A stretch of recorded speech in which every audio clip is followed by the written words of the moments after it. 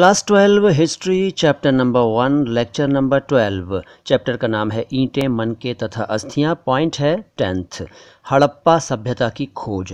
देखिए, अभी तक आपने जितने भी लेक्चर सुने, जितना कुछ भी अपनी बुक में पढ़ा इस पेज से पहले तक, वहाँ तक पढ़ने से आपको ये तो पता चल गया कि किस तरह से जो सामान मिला उस पर आधारित निष्कर्ष निकाले पुरातत्वविदों ने और किस तरह से एक हिस्ट्री फॉर्म की, किस तरह से एक इतिहास स्थापित किया सारे अंशों को जोड़कर। लेकिन अब सवाल ये है कि ये खोज हुई कैसे, पुरातत्वविदों ने सभ्यता की खोज की कैसे।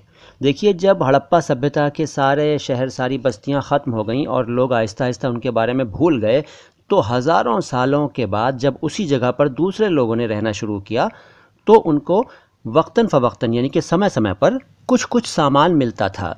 बाढ़ आ जाती थी या मिट्टी का कटाव होता था या खेतों की अगर वो जुताई कर रहे होते थे या ख़जाने के लिए खुदाई कर रहे होते थे या कोई और वजह होती थी, तो अक्सर ज़मीन की सतह पर कुछ अनजानी चीज़ें आ जाती थीं। तो उन अनजानी चीज़ों को देखकर वो ये अंदाज़ा नहीं लगा पाए कि ये कितनी इम्पॉर्टेंट चीज़ें हैं। उन्होंने उन चीज़ों को देखा और हल्के में लिया और बात आई गई हो गई। अच्छा, इसके बाद 10.1 कनिंघम का भ्रम। कनिंघम कौन थे? कनिंघम थे एएसआई के फर्स्ट डायरेक्टर जनरल। एएसआई का मतलब भारतीय पुरातात्विक सर्वेक्षण, आर्कियोलॉजिकल सर्वे ऑफ इंडिया। इसके जो पहले डायरेक्टर जनरल मिस्टर कनिंघम थे, उन्होंने 19वीं शताब्दी के मध्य में यानी कि मिडिल ईयर्स में खुदाइयाँ शुरू की। और उस ज़माने तक ये था कि जो पुरातत्वविद होते थे वो खुदाइयाँ जो करते थे, जो खोजें करते थे, उसके लिए वो रिटन सोर्सेज का सहारा लेते थे। जो उनके पास लिखित में इतिहास या विवरण होते थे उसके आधार पर ही वो खुदाइयों को करते थे और उसी के आधार पर निष्कर्ष निकालते थे। कनिंघम भी ऐसे ही करते थे। उनका जो मेन इंटरेस्ट था वो था आरंभिक ऐतिहासिक काल और उसके बाद के काल से संबंधित पुरातत्व में। यानी कि आरंभिक ऐतिहासिक काल क्या है? आरंभिक ऐतिहासिक काल का मतलब है तकरीबन 6ठी शताब्दी बीसी से लेकर 4थी शताब्दी एडी तक, यानी ईसा से लगभग 600 साल पहले से लेकर लगभग 400 साल बाद के काल को आरंभिक ऐतिहासिक काल कहते हैं। तो वो जो थे कनिंघम, वो इसी काल से संबंधित अध्ययन करते थे, खुदाइयाँ करते थे और उसके बाद वाले कालों के बारे में भी करते थे। लेकिन उससे पहले के बारे में वो सोचते भी नहीं थे, क्योंकि वो ये मानते थे कि भारतीय इतिहास शुरू ही तब हुआ है जब गंगा की घाटी में शहर पनपे। वैसे ये सब बातें आपको अगले चैप्टर में पढ़ने को मिलेंगी, लेकिन फ़िलहाल इसका रेफरेंस इसलिए ज़रूरी है क्योंकि कनिंघम ने भूल की थी और एक बड़ी भूल की थी।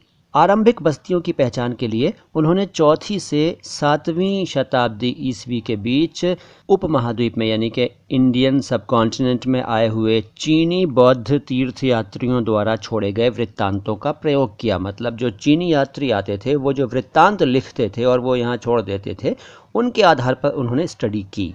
उनको अपने सर्वेक्षणों के दौरान जो कुछ भी मिला, जो कुछ भी अभिलेख मिले, उनका उन्होंने संग्रहण किया, प्रलेखन किया और अनुवाद भी किया।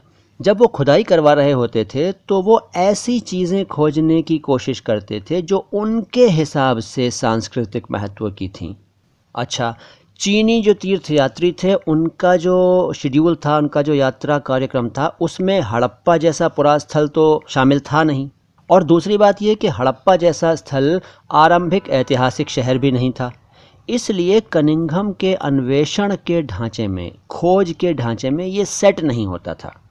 इसलिए हालांकि हड़प्पाई चीज़ें जो थीं, जो मिल रही थी पुरावस्तुएं, 19वीं शताब्दी में कभी कभी मिल जाती थीं और उनमें से कुछ चीज़ें तो लोगों ने कनिंघम को दी भी थीं, लेकिन फिर भी कनिंघम ये समझ ही नहीं पाए कि वो पुरावस्तुएं कितनी इम्पॉर्टेंट थीं, कितनी प्राचीन थीं और उनकी क्या वैल्यू थी, क्या अहमियत थी।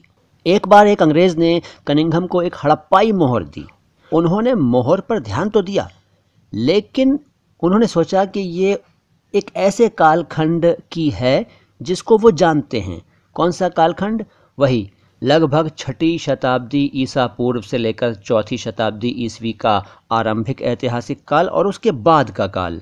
वो इसी पीरियड से उस मोहर को रिलेट करते रहे और चूंकि वो अपने आप को एक दायरे में रख कर स्टडी करते थे, इसलिए वो हड़प्पा की इम्पोर्टेंस को समझ ही नहीं पाए।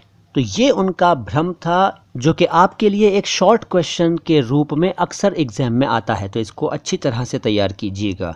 तो बस आज इतना ही है। अगली मुलाकात में हम बात करेंगे 10.2 की, एक नवीन प्राचीन सभ्यता। कोई सवाल हो तो कमेंट बॉक्स में लिख दीजिए। इससे पहले वाले सारे ऑडियोज़ सुनिए, इस चैप्टर के और भी ऑडियोज़ हैं उनको भी सुनिए, और कुछ दूसरे चैप्टर्स के ऑडियोज़ भी अवेलेबल हैं उनको भी सुनिए। सलाम हिंदुस्तान।